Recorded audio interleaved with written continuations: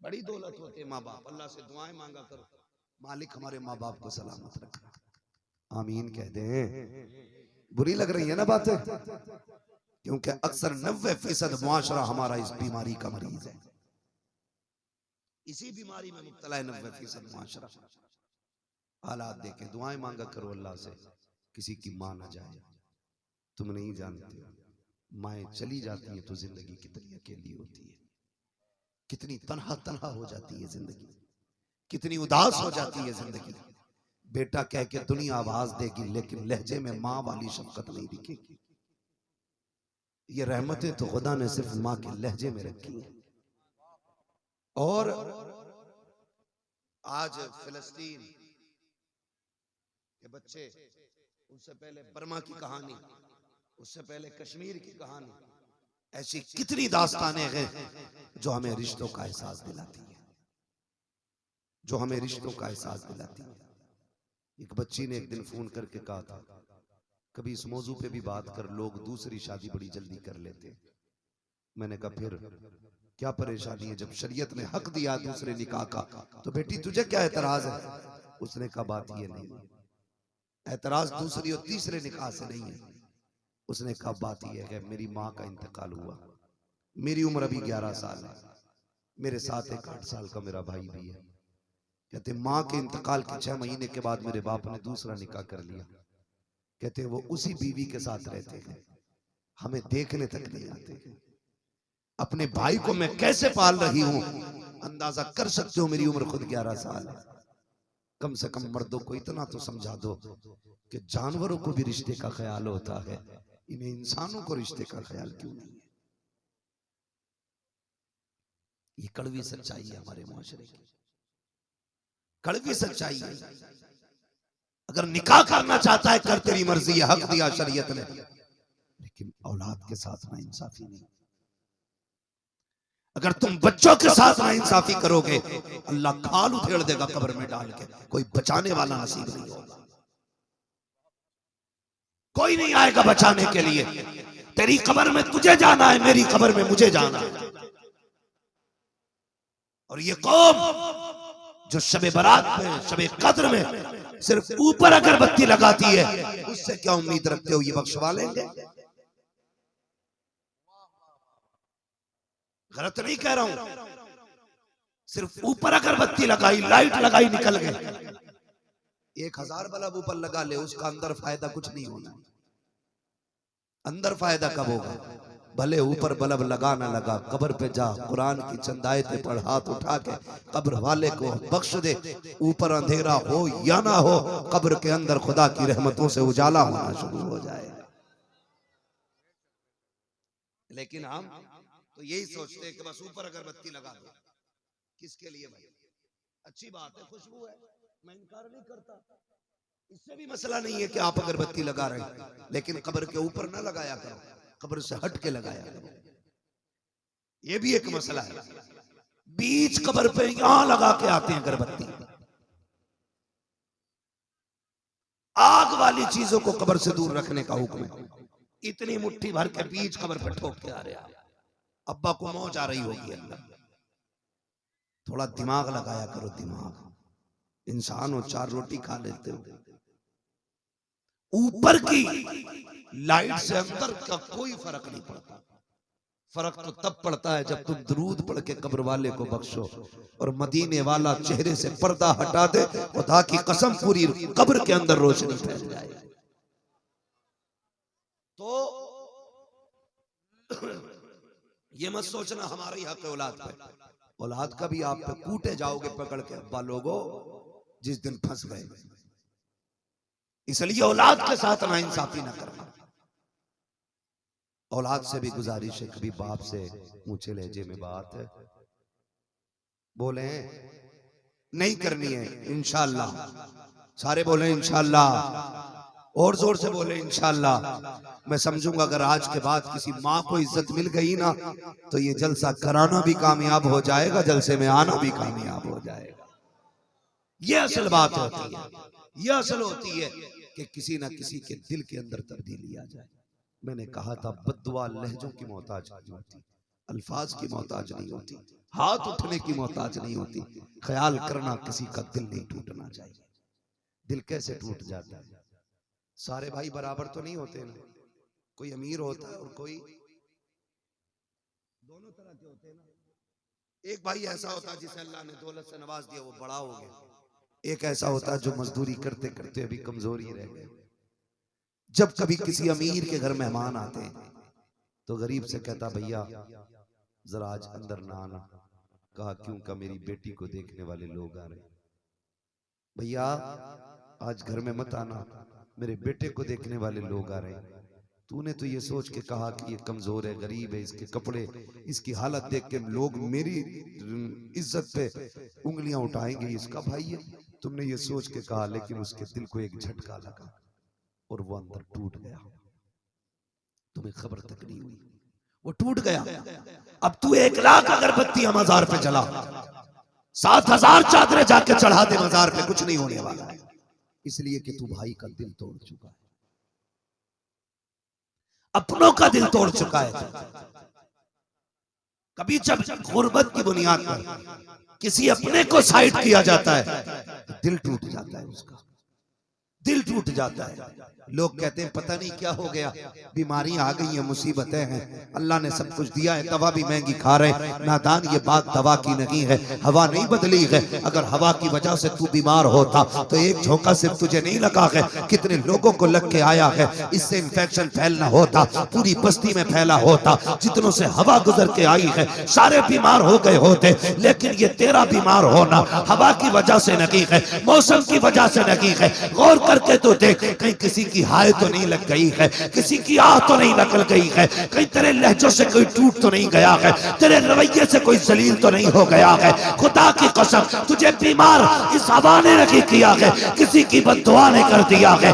इसलिए दवा बदले न बदले, हवा बदले न बदले, लेकिन ख्याल रखना अपनों के सामने तेरे तेवर नहीं बदलने चाहिए, तेवर नहीं बदलने चाहिए। अपनों को जलील न करना, अपनों को जलील न करना। ये बड़े कीमती लोग होते, बड़े कीमती लोग होते। जब दवाएं काम ना करे तो फिर अपनों की दुआएं लिया करो। किसकी दुआएं? बोल सकते हैं? अपनों की दुआएं लिया करें। कैसे? बस आखिरी बात है मेरी, वो मैं बात खत्म करने लगा हूं 3-4 मिनट में, बस तवज्जो फरमाइएगा। अपनों की दुआएं कैसे काम आती हैं सुने। अक्सर बड़े बनने का ख्वाब इंसान को परदेश ले जाता है, यही है ना? बड़े बनने का ख्वाब इंसान को परदेश ले जाता है, या फिर मजबूरियां परदेश ले जाती है। कोई अपनी खुशी से अपना वतन नहीं छोड़ता है। वतन तो भले झोपड़ी क्यों ना हो, वतन तो अच्छा लगता है। परदेश के महल भी अच्छे नहीं लगते, अपने वतन के छप्पर भी अच्छे होते। सही है ना ये बात? फिर जो लोग परदेश जाते हैं, या तो उन्हें शौक ले जाते हैं या उन्हें मजबूरी ले जाती है। दोनों बातों पे मैं गौर दिलाना चाहता हूं। नौजवानों, अगर ये शौक है ना कि मैं परदेश जाऊंगा, गाड़ियां बंगले मेरे होंगे, तो इस शौक को आग लगा देना। इसलिए कि जब तुम 10 साल के बाद पलट के आओगे ना, तो जो तुम्हारे बचपन के यार होंगे वो बूढ़े हो चुके होंगे, जो तुम्हारी गलियां कच्ची थी वो पक्की हो चुकी होंगी, जो दरख्त जवान थे वो बूढ़े हो गए होंगे, और कितने ऐसे रिश्तेदार होंगे जो कब्रिस्तान जा चुके होंगे। तुम्हारी दौलत ना पुरानी गलियां ला सकती है, ना पुराने यार ला सकती है, ना पुराना दौर ला सकती है, ना गुजरे हुए माँ बाप के साथ के पल और लम्हे ला सकती है। ये गाड़ी, ये महल, ये शोहरत, ये पिछला वक्त नहीं देंगे, पिछला वक्त नहीं देंगे। खुदा तौफीक देना तो चटनी से खा लेना, अपनों के बीच में रह लेना। इसलिए कि अगर परदेश के दुख लगे हों तो मुर्गा ताकत नहीं देता, और अगर अपने वतन के सुख हो तो चटनी में अल्लाह बरकत अता फरमा दिया करता है। कभी मत जाना भूल करके भी परदेश, कभी मत जाना।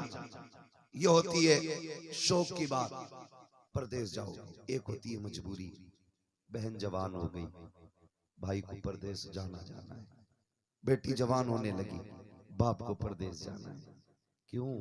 क्योंकि ये कौम के अंदर ऐसे कुत्ते पल रहे हैं, उस वक्त तक किसी की बेटी कबूल नहीं करते जब तक इन कुत्तों को 10 लाख का टुकड़ा न पड़ जाए। ऐसे भी जलील समाज में, ऐसे लोगों के लिए मेरे पास कोई शराफत का जुमला नहीं।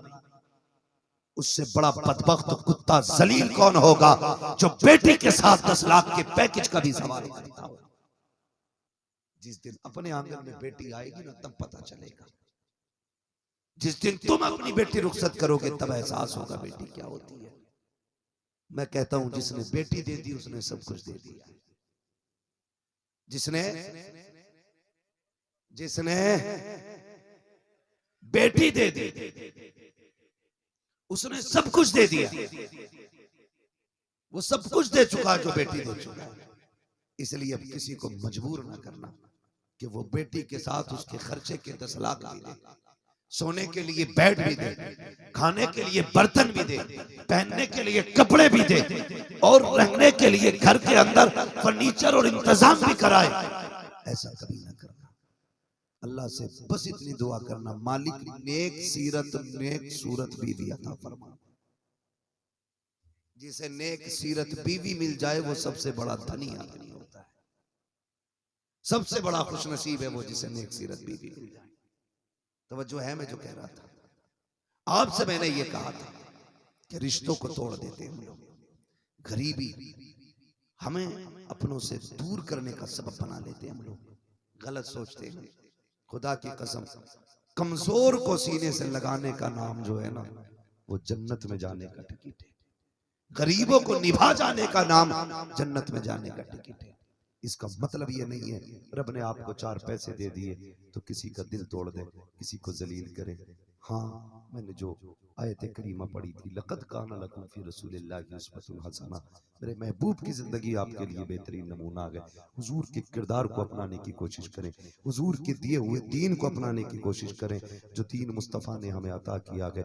कोशिश ये करें उस दीन पे हम मजबूती से अमल करेंगे, अपनों के रिश्ते निभाएंगे, अपने लोगों को राजी करेंगे और किसी को भी कोई घमंड नहीं देंगे। मैं बात कर रहा था, बंदा परदेश गया कमाने के लिए, जब परदेश गया ना उसको बीमारी लग गई, चेकअप करने के बाद पता चला उसको कैंसर हो गया है। जब कैंसर की बात सुनी, इलाज के लिए हॉस्पिटल गया, डॉक्टरों ने जब चेकअप किया कहने लगे कैंसर लास्ट स्टेज में है, अब बचने का कोई रास्ता नहीं है, अब दवा काम नहीं करेगी, अगर काम आएगी तो किसी वली की दुआ काम आ सकती है, किसी बुजुर्ग के जुमले काम आ जाएंगे। गया अल्लाह वाले के पास, कहा मौत के मुंह में हूँ, बताइए क्या किया जाए। डॉक्टरों ने लाइलाज कर दिया है। कहने लगे कहाँ का रहने वाला है? कहा फला मुल्क का। कहा क्या बात है? कहा कैंसर है, डॉक्टर कहते मरने वाला है। उसने कहा परेशान क्यों होता है, अपने मुल्क वापस चला जा। कहा करना क्या है? कहा 3 महीने अपने रिश्तेदारों को रोटियां खिला, दावतें करके खिला, उनको 3 महीने तक खिला, फिर वापस आना। उसने कहा डॉक्टर कह चुके हैं 1.5 महीने में खत्म हो जाएगा। उसने कहा क्या जानता है, ये डॉक्टर तो पागल होते हैं, जिंदगी देने वाले डॉक्टर नहीं होते हैं, जिंदगी देने वाला खुदा हुआ करता है, खुदा होता है। आया अपने वतन, खिलाया रिश्तेदारों को, 3 महीने के बाद गया, चेकअप कराया, कोई बीमारी नहीं थी। डॉक्टर कहने लगे ये इलाज कैसा हुआ? उसने कहा था खुदा की कसम तुम्हारे पास इसका कोई इलाज ना था, इसका इलाज मदीने वाले मुस्तफा की हदीसों से हो गया।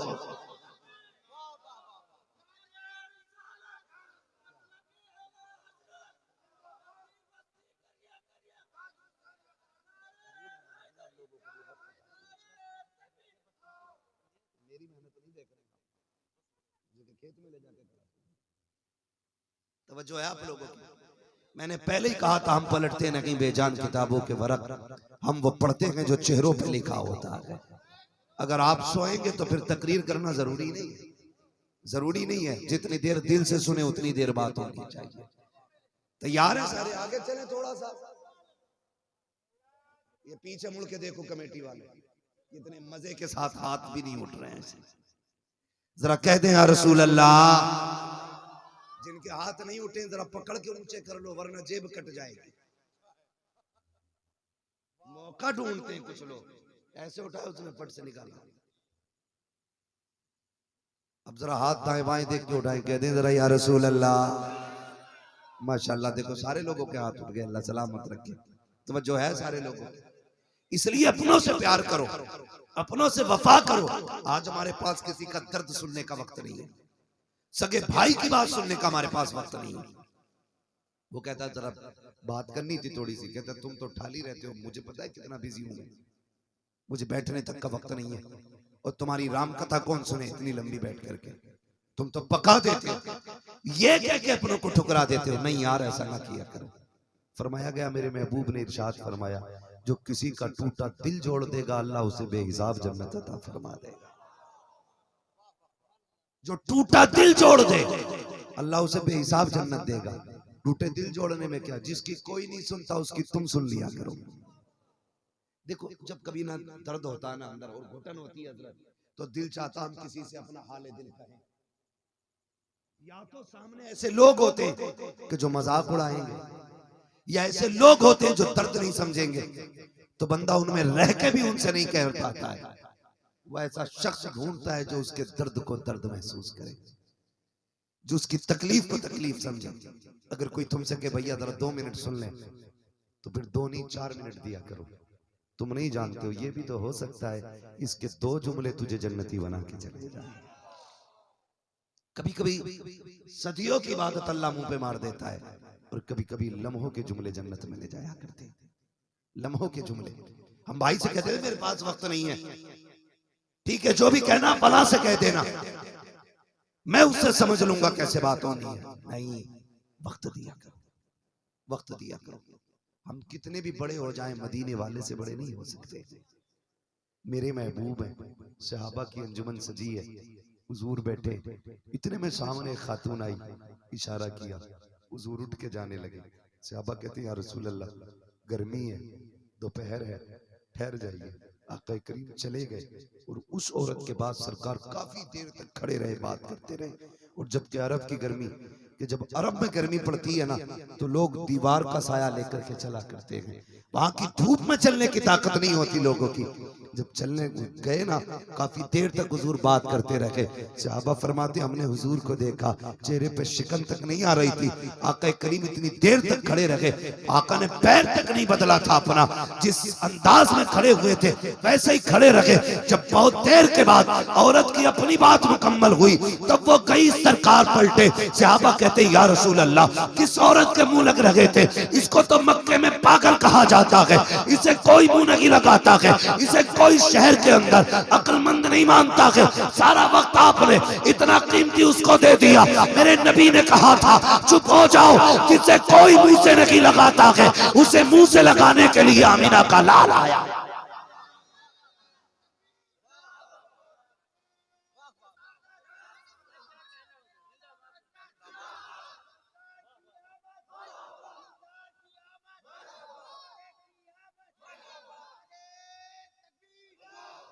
मुंह लगा लिया करो यार, बातें कर लिया करो। जुमले बड़े सख्त रहते हैं, बड़े सख्त जुमले रहते हैं। रोजमर्रा की आप जिंदगी देखें, सारे लोग फैमिली से जुड़े लोग हैं, फैमिली से जुड़े लोग हैं। मियाँ बीवी के साथ कसर नहीं कर रहे हैं, बीवी मियाँ के साथ कोई कसर नहीं छोड़ रही। वो कह रही है कि जब से तेरे घर में आई हूं मुसीबत के सिवा कुछ नहीं देखा। और ये भी कह रहा तुझसे बेहतर था कोई कुत्ता ला के पाल लेता।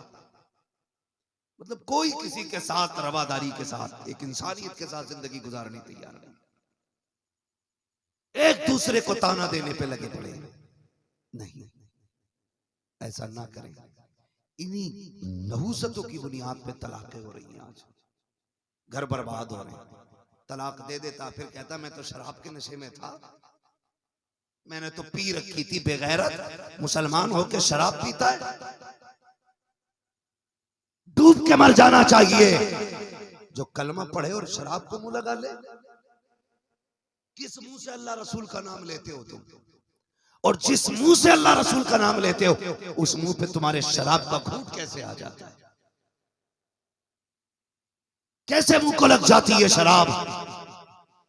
क्या अल्लाह रसूल का सामना नहीं करना है? मरना नहीं है? जो शराबी होगा ना और बिना तौबा किए मर जाएगा, कब्र में पहुंचेगा, इतनी सख्त प्यास लगेगी, अल्लाह ताला चिल्लाएगा, इतना प्यासा होगा कि उसकी जबान प्यास से लटक जाएगी। आका करीम ने फरमाया, जब वो पानी मांगेगा उसे जहन्नम के बिच्छुओं के डंक का जहर ला के दिया जाएगा, और ऐसा खोलता हुआ जहर होगा कि जैसे वो प्याला दिया जाएगा, प्यास की शिद्दत इतनी होगी कि वो मुंह के करीब आने वाला होगा। उसकी गर्मी से, उसकी भाप से होठ जल करके नीचे तक लटक जाएगा, ऊपर का होठ जल के माथे के ऊपर चला जाएगा। इतनी खतरनाक गर्मी होगी, लेकिन प्यास ऐसी लगेगी कि ये उसको भी मुंह से लगाएगा, जैसे कि पिएगा, पूरा जिस्म कट कट के गिरेगा। और तुम्हें खुदा का वास्ता, छोड़ दो शराब को, अगर पीनी है तो मुस्तफा के इश्क की शराब पिया करो, इसलिए कि ये शराब तुम्हें दुनिया में भी इज्जतदार बनाएगी और आखिरत में जाके भी रब की बारगाह में इज्जतदार बनाएगा।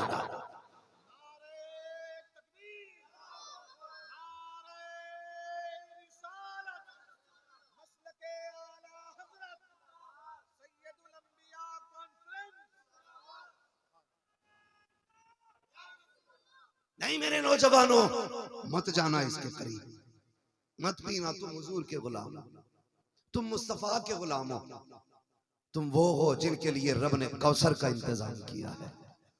तुम तो वो हो जिनके लिए जन्नत में नहरें निकाली गई हैं। तुम तो वो हो जिनके लिए शराब तहूर का इंतजाम किया गया। तुम अपने रब की मशीयत को समझो।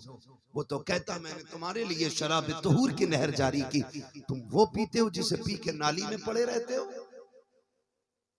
तुम वो पीते हो जिसे पीने के बाद खंजीर जैसी खसरतें आ जाती हैं। वो तो तुम्हें रोकता है, लेकिन तुम समझते क्यों नहीं अपने रब की मशीयत को? क्यों नहीं जानना चाहते तुम अपने हुदूद और अपने दायरों को और अपनी हद को तुम क्यों नहीं समझना चाहते? क्या ये गलत नहीं हो रहा है? शराब के पार्टी के नाम पे, शादी के नाम पे, यारों के नाम पे, महफिलों के नाम पे, बर्थडे के नाम पे शराब की बोतलें खोली जा रही है। हुजूर के गुलाम और नशे के करीब। अल्लाह की कसम खा के कहता हूं, उस क्वालिटी वाली आज शराब किसी मार्केट में नहीं है जो हुजूर के जमाने में शराब चलती थी। लेकिन जैसे ही मेरे नबी ने कहा लोगों शराब हराम कर दी गई है, तो जिनके होठों तक आ गए थे जाम उन्होंने तोड़ दिए थे। जिनके मुंह के अंदर शराब का घूंट था ना, ये नहीं सोचा था लाओ मुंह में आ गई है, हुजूर ने अभी तो कहलवाया इसे तो पी ले जो है।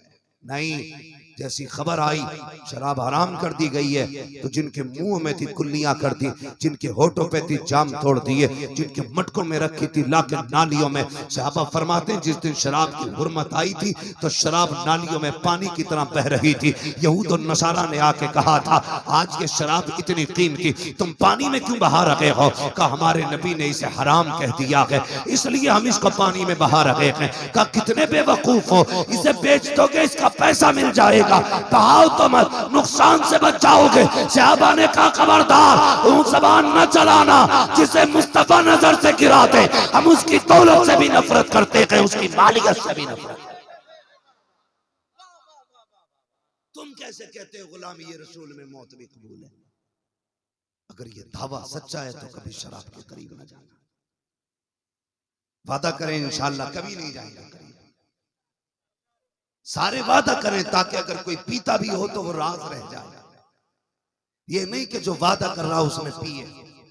मैं इसलिए कह रहा हूं ना पीने वाले भी वादा करें ताकि पीने वालों के राज पे पर्दा रह जाए। शराब तो कभी नहीं पिएंगे इंशाअल्लाह, कभी नहीं पिएंगे। अल्लाह हमारी नस्ल को इस मनहूस शय से दूर फरमा दे। इसने तबाह करके रख दिया हमारे माशरे। तलाक दे देता, कहता रास्ता निकालो कोई। कहा क्यों? कितनी दी थी? 3। कैसे के शराब के नशे में था? गधे तुझे ये भी पता कितनी दी थी और नशे में भी था? ये झूठ है। अगर इतना नशा था कि अक्ल जाती रही तो तुझे ये कैसे पता चला 3 दिए? या ये भी कैसे पता चला कि तुझे शक तलाक दी है? झूठ बोलते। ये नौबत इसलिए आ रही है क्योंकि हमने मुस्तफा का तरीका नहीं अपनाया। तरीका नहीं अपनाया। मैं मर्दों से गुजारिश करूंगा, औरतों के साथ वो रवैया इख्तियार करो जो मेरे नबी ने खदीजतुल कुबरा के साथ इख्तियार किया, जो आयशा सिद्दीका के साथ मेरे नबी ने जिंदगी के लम्हे गुजारे थे, जो अज़वाज मुतहहरात के साथ मुस्तफा की जिंदगी के लम्हे गुजरे।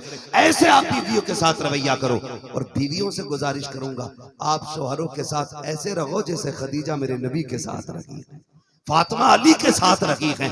ऐसे जिंदगी गुजारो, फिर देखो अल्लाह तुम्हारे घर के अंदर जन्नत की महक अता फरमा दे। आंगन तुम्हारा होगा, नजारे जन्नत के होंगे। करेंगे इंशाअल्लाह, ऐसा ही करेंगे इंशाअल्लाह। बहनों से गुजारिश है, शोहर से झगड़ा हो जाए, चलो लड़ाई हो सकती है, गर्मा गर्मी हो सकती है, दोनों तरफ से मिजाज नहीं भी मिल सकता है, लेकिन एक दूसरे के लिए बद्दुआ न करना, एक दूसरे को बदतमीज ना बोलना। वक्ती तौर की नाराजी तो अच्छी भी लगती है, रूठ जाना मनाना भी अच्छा लगता है, लेकिन किसी के लिए हाथ उठा के बद्दुआएं देना ये कतई अच्छा नहीं लगता है। किसी को बदतमीज बोलना ये बिल्कुल अच्छा नहीं लगता है। जिंदगी ऐसे नहीं गुजरती है, ऐसे नहीं गुजरती है जिंदगी। शोहर जा रहा है कमाने के लिए, हाथ उठा के करी कभी लौट के ना आए तू, ये ना कहे तुझे नहीं पता अगर ये कफन में लिपट गया कोई तुझे इज्जत की निगाह से देखने वाला नसीब नहीं होगा। और तू जो कह रहा तुझसे बेहतर था कुत्ता पाल लेता, तू भी जरा जबान को लगाम दे। सोच तो सही, इतना गुस्सा तेरा। ठीक है, मानते हैं तू मर्द है, रिजालु कव्वामून अलन निसा, मर्दों को औरतों पे हाकिम बनाया गया, लेकिन गाली देने के लिए तो नहीं, मारने के लिए तो नहीं, सितम करने के लिए तो नहीं। हुकूमत चला, और हुकूमत सितम से नहीं, हुकूमत प्यार से चला करती है, हुकूमत मोहब्बत से चला करती है। जो सितम के जरिए होती वो हुकूमत नहीं, तानाशाही होती है, वो जुल्म होता है। आपको हुकूमत के लिए पैदा किया गया, तानाशाही के लिए नहीं। समझ गए मेरे जुमले? बुरी तो नहीं लग रही आपको? कभी ये सोच रहे हो ये मौलवी औरतों को सर पे बैठाने आया? नहीं, मैं चाहता हूं हर घर जन्नत का नमूना नजर आना चाहिए, हर घर से मुस्तफा के किरदार की महक आनी चाहिए, मेरी यही तमन्ना। तो आप भी ना ये ना कहा करो कि कुत्ता पालना बेहतर था तेरे नाम का। सुने जरा, आप जब सुबह उठते हो बिस्तर से, कभी गौर भी किया करो यार। डायरेक्ट गुस्सा करना, गाली देना, मारना शुरू कर देते हैं। सुबह उठे तुम, फ्रेश हुए, खाया पिया, निकल गए, जो लुंगी आपने उतारी जहां पड़ी थी वहीं फेंकी आपने। रात के कपड़े आपने तय नहीं किए थे, आपने यूं उतार के यूं छोड़ दिए थे।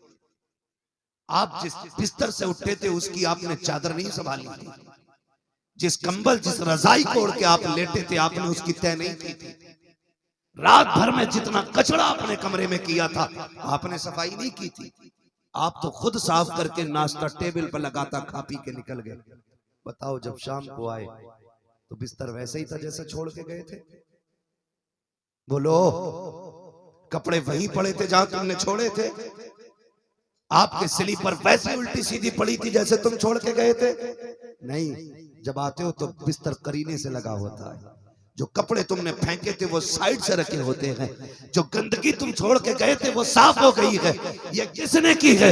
ये इसी ने की है जो 3 बार कबूल कबूल कहने के बाद तेरे बिस्तर पे आके बैठ गई, तेरी मर्जी के मुताबिक चलती रही। तूने कहा उठ तो उठ जाती है, तूने कहा बैठ तो बैठ जाती है, तूने कहा चल तो चलने लग जाती है, तूने कहा सो तो सो जाती है, तूने कहा जाग तो जागती है। तू ये कहता है पानी ला तो पानी ला के देती है। तेरी बीमारी में, अपनी बीमारी में ये तेरा ख्याल करती है, उससे इतना झगड़ा क्यों? खुदा की कसम ये तेरे घर के अंदर सहमत बन के नहीं आई, बल्कि खुदा की रहमत बन के तेरे घर में आई।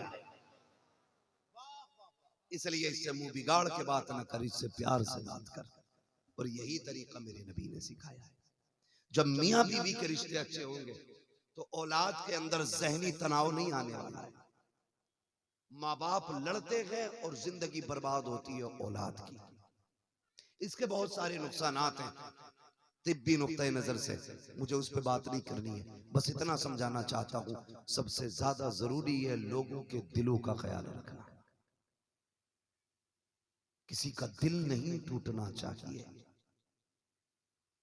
किसी का दिल नहीं टूटना चाहिए। अगर दिल टूटा तो बात अर्श तक जा पहुंचती है, और जब वहां पहुंच जाती है तो फिर बचाने वाला नसीब नहीं होता है। याद रखिएगा, बचाने वाला नसीब नहीं होता है। किसी ने एक पोस्ट मैंने देखी थी, बड़ी अच्छी बात लिखी थी। किसी ने पूछा था किसी बुजुर्ग से, मुझे नसीहत कर दे। उसने ये कहा था, बस इतना ख्याल करना कोई रब से तेरी शिकायत न कर दे। जिस दिन किसी ने तेरी रब से शिकायत कर दी तो समझ लेना उस दिन से खैरियत नहीं है। इसलिए मेरे भाइयों, अपनी नस्ल को, अपने परिवार को प्यार दो, माँ बाप को वक्त दो, बहन भाइयों को वक्त दो, मियाँ बीवी के रिश्ते अच्छे करो, बाप बेटों के रिश्ते अच्छे करो, बेटियां माँ के साथ अच्छे तरीके से रहें। खुदा की कसम, अलग से किसी दवा की जरूरत नहीं पड़ेगी। तुम्हारे ही घर के अंदर छप्पर में अल्लाह तुम्हें सुकून की, राहत की जिंदगी अता फरमाएगा। वो कहा था किसी ने, फुटपाथ पे सो जाते हैं अखबार बिछाकर, मजदूर कभी नींद की गोली नहीं खाते। इसलिए कि नींद पैसे से नहीं आती है, नींद रब के करम से आया करती है। अल्लाह का करम तलाश करें, अल्लाह की रजा तलाश करें। फरमाया गया, लक़द कान लकुम फी रसूलिल्लाहि उस्वतुन हसना। मेरे महबूब की जिंदगी आपके लिए बेहतरीन नमूना है। हमें हुजूर की जिंदगी देखनी है, बचपन से लेकर जवानी तक, जवानी से लेकर बुढ़ापे तक, माँ की गोद से लेकर के कब्र तक के लिए हुजूर ने उसूल मुकर्रर फरमा दिए हैं। हमें फख्र है कि रब ने हमें मुसलमान बनाया है, हमें लकीर का फकीर नहीं बनाया, हमें मुस्तफ़ा की उम्मत में पैदा किया गया और पैदा करके ये ऐलान किया था, खुश हो जाओ, अपनी सबसे कीमती चीज तुम्हारे हवाले की जा रही है। हुजूर आए, हमारी नसीब जाग गए, हुजूर आए, मुकद्दरी खुल गए हमारे। खुदा की कसम, उस उम्मत में पैदा हुए हैं जो आई सबसे बाद में गए, जन्नत में सबसे पहले जानी है। और ये तेरा मेरा कमाल नहीं, ये मुस्तफ़ा जाने रहमत का कमाल है, हुजूर का कमाल है। लक़द कान लकुम फी रसूलिल्लाहि उस्वतुन हसना। मेरे महबूब की जिंदगी आपके लिए बेहतरीन नमूना है। अल्लाह करीम हमें मुस्तफ़ा जाने रहमत के तमाम फरामीन पे अमल करने की तौफीक अता फरमाए। और हमारी इस कमेटी ने इतना खूबसूरत जलसा सजाया, अल्लाह इस मेहनत को कबूल फरमा कर आज की महफिल को हमारे लिए जरिया निजात बनाए। मौला करीम इस महफिल को हम सब के लिए बख्शिश का जरिया बना। बस जो हुए गलत उनको माफ फरमाए रब्बे कायनात। जिंदगी ने दिया साथ, फिर होगी मुलाकात, चमन रहा फूल खिलेंगे, जिंदगी रहेगी फिर मिलेंगे। मुसाफिर में हम भी, मुसाफिर हो तुम भी, इसी मोड़ पर फिर मुलाकात होगी। फकीरान आए सदा कर चले, सदा खुश रहो ये दुआ कर चले। सारे लोग कलमा शरीफ पढ़ लीजिएगा, ला इलाहा, और जोर से ला इलाहा इल्लल्लाह मुहम्मदुर रसूलुल्लाह व मा अलैना इल्लल बलाग। अस्सलामु अलैकुम व रहमतुल्लाहि व बरकातहू। बाबू मैं बहुत थक चुका हूं, इंशाअल्लाह।